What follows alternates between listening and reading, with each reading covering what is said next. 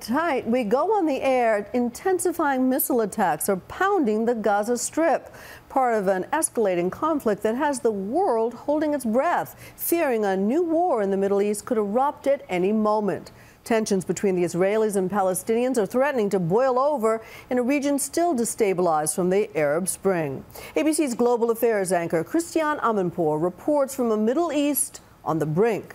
Christiane? Cynthia, tonight I can tell you Jerusalem, where I am, is extremely tense. Here and around the world, everyone is watching to see who will make the next move in this increasingly deadly game of chess in the Holy Land.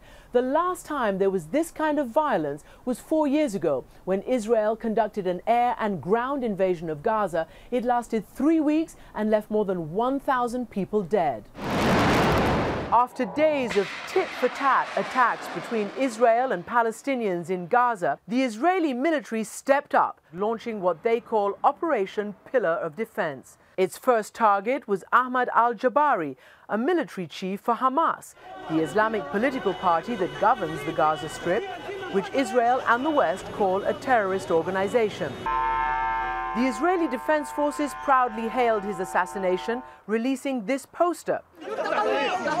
But his death was just the beginning. 5 of the Palestinians killed so far were children, including this 11-month-old baby held in the arms of his father, a local journalist for the BBC, who asked, "What did my son do to die like this?" This morning, a Hamas leader vowed revenge, telling reporters, "Israel started this war, but they will never know its end. Our rockets will hit Tel Aviv. We have a plan in place and they will regret what they did." And Hamas made good on that threat, launching a rocket attack on Tel Aviv, Israel's largest city, where residents crouched in fear. Tonight, Israeli troops were seen making their way to the Gaza border, a grim indication that a ground war may be next. This battle, which is playing out against the background of an impending election in Israel, is the worst fighting the region has seen in years. The last time rockets threatened Tel Aviv was during the 1991 Gulf War, when Saddam Hussein's Scud missiles hit the city. And tonight, tensions inside Gaza remain high, as my colleague Alex Marquardt found out. The distinct mushroom cloud of an Israeli missile strike met us as we arrived in Gaza at sunset. It's eerily quiet here. Of all my trips to Gaza, this is definitely the quietest I've seen it. Very few people in the streets. All the homes and shops are closed up. Everyone seems to be hunkered down inside.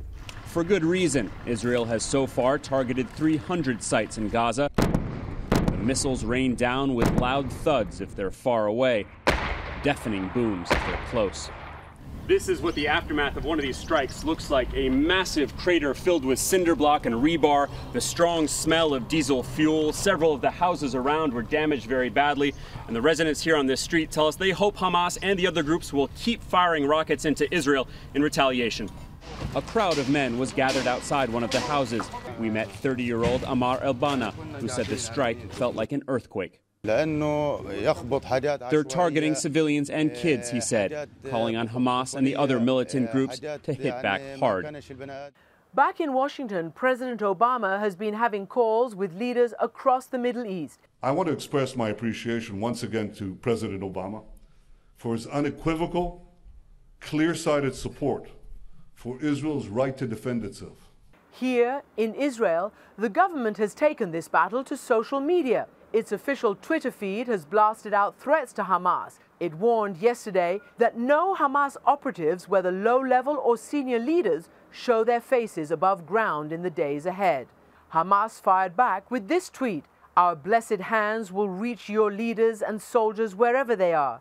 You opened hell gates on yourselves." Just days after winning re-election, the president is now faced with a widening conflict that has the potential to destabilize an already unstable region. I think the number one word at the White House today was containment.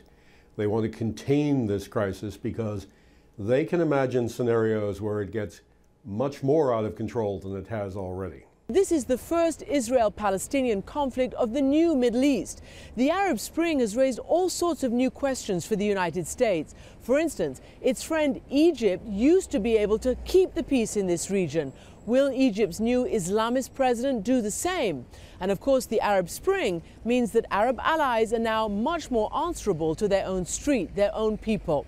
So of course, in the United States and here in the region, everyone is hoping this is over quickly. No one can afford a wider war.